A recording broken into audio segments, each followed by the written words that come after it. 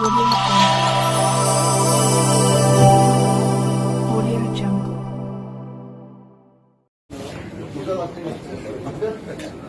दुर्गा दास सामने वाले रामपाल जी आए होंगे। नहीं, रामपाल भी आए होंगे। अगर रामपाल जी आएगा तो ठीक है।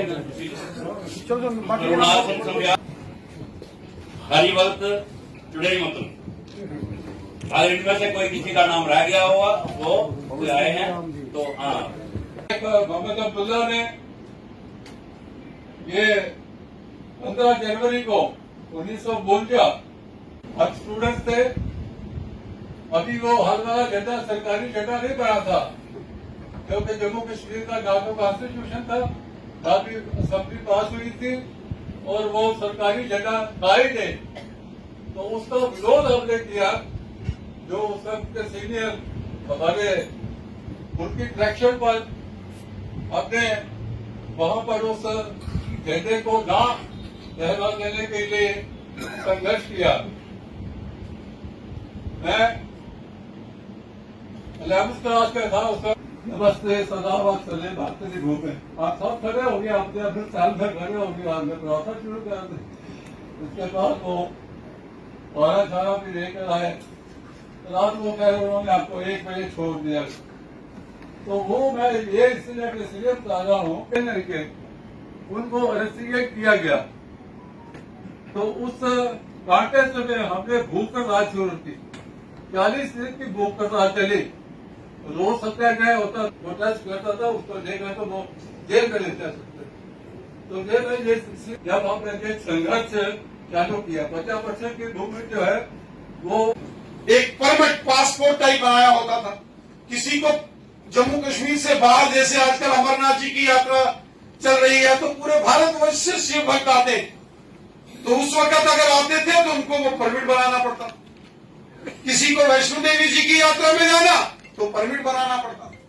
और किसी को जम्मू कश्मीर से अगर 4 धाम की यात्रा जाना, बद्रीनाथ, केदारनाथ, सोमनाथ, अगर कहीं हरिद्वार जाना, तो उसको भी जम्मू कश्मीर से बाहर जाने के लिए भी परमिट सिस्टम। तो इन सभी विषयों को लेकर डॉक्टर श्यामा प्रसाद मुखर्जी, जो कि जवाहरलाल नेहरू की कैबिनेट मिनिस्टर, उन्होंने त्याग पत्र दिया और जवाहरलाल नेहरू को लिखा कि आप जो जम्मू कश्मीर को लेकर जिन नीतियों पर चल रहे हैं, ये राष्ट्र विरोधी नीतियां हैं। इससे भविष्य में एक और विभाजन हो सकता है और इसलिए मैं आपसे सहमत नहीं हूं। और जब मैं वैचारिक दृष्टि से आपसे सहमत नहीं हूं तो मैं आपके मंत्रिमंडल से एज ए कैबिनेट मिनिस्टर त्याग पत्र देता हूं। और उन्होंने रिजाइन किया।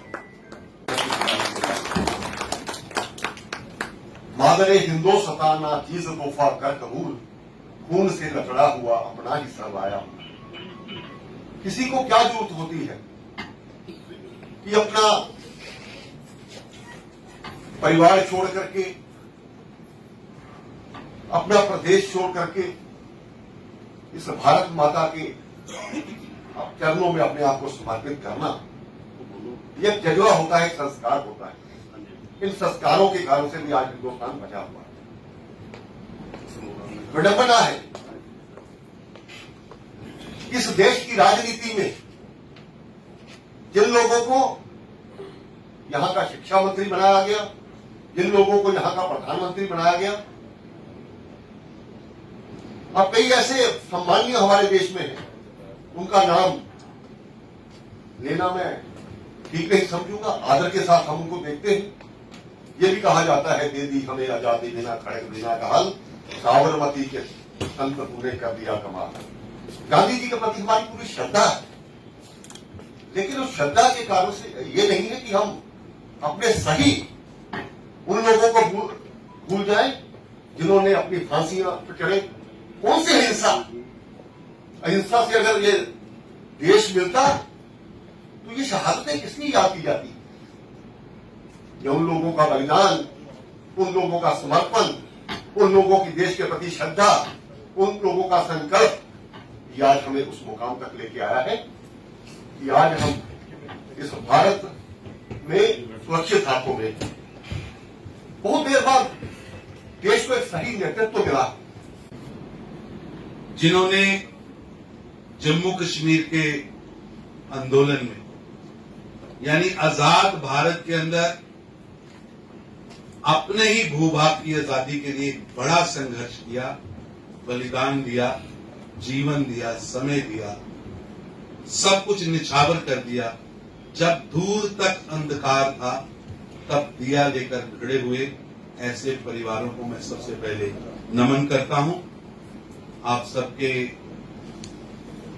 कठोर मेहनत और उन परिस्थितियों को अगर कोई याद करे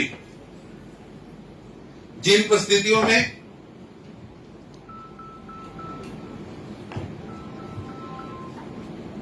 पंडित प्रेमनाथ डोगरा जी ने यहां पर जब काम शुरू किया और किस तरह शेख अब्दुल्ला को ताकतवर करने के लिए, मुस्लिम कॉन्फ्रेंस को ताकतवर करने के लिए कांग्रेस ने और पंडित नेहरू जी ने प्रयास शुरू किए और कॉन्स्पिरेसी शुरू हुई जम्मू कश्मीर के खिलाफ, जम्मू कश्मीर के नागरिकों के खिलाफ, जम्मू कश्मीर के नागरिकों के अधिकारों के खिलाफ।